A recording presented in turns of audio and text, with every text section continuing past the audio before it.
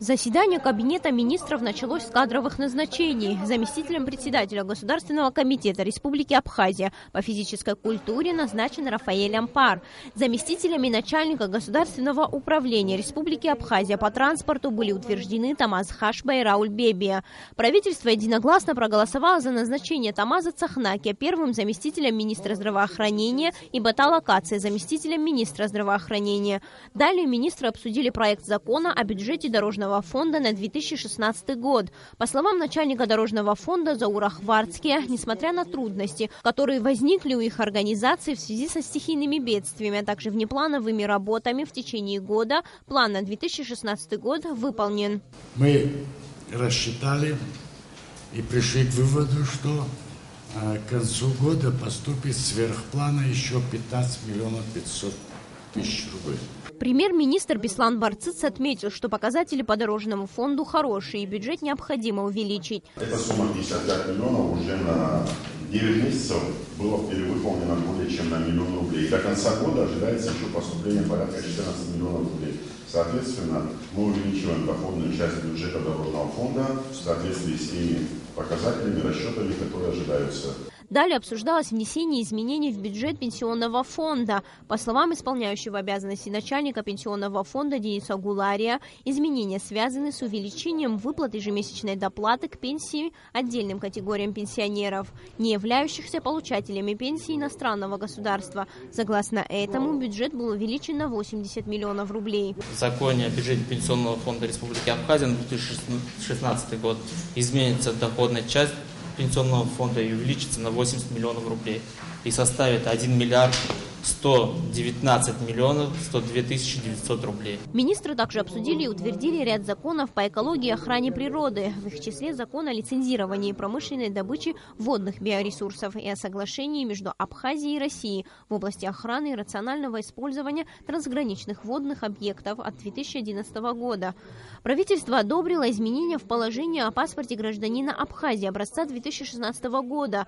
При этом срок обмена общегражданского внутреннего паспорта старого образца продлен до 31 декабря 2018 года. Речь не идет о том, что мы продлеваем срок действия истекших паспортов. Это ни в коем случае так нельзя трактовать. Речь идет о том, что те люди, у кого срок действия паспорта до 2018 года есть, они, значит, могут им пока пользоваться. Правительство утвердило положение о создании Государственной комиссии при Кабинете министров по монументальному искусству. Список состава комиссии уже утвержден. В него входит 17 человек. Председатель комиссии – премьер-министр Беслан Барцыц. Представляя проект постановления о внесении изменений в постановление Кабинета министров Абхазии о ставках вывозных таможенных пошлин, начальник экономического управления аппарата Кабмина Илона Лакербая подчеркнула, что документ призван поддержать сельхозпроизводителей. По ее словам, изменения касаются вывозных таможенных пошлин на орех. В целях поддержки сельхозпроизводителей изменения касаются конкретно орех лесной в скорлупе 10 рублей, идет снижение ставки. Было 25 орех лесной в скорлупе, сейчас в проекте 10. Орех лесной очищенный было 35, сейчас 15. Вице-премьер Дмитрий Сериков отметил, что снижение ставок увеличит объем вывоза орехов в несколько раз.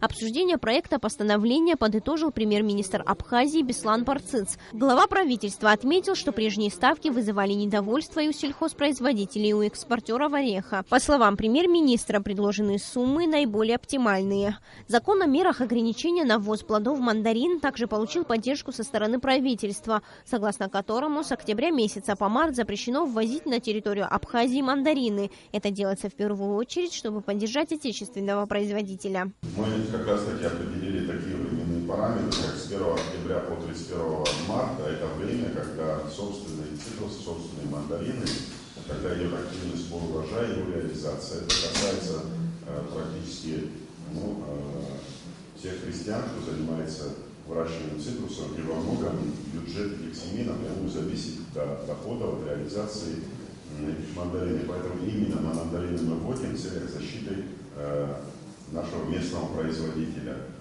И, возможно, для того, чтобы также бренд «Абхазский мандарин», за который мы так печемся. Члены правительства обсудили и приняли еще ряд решений, в том числе о передаче в муниципальную собственность ряда имущественных комплексов.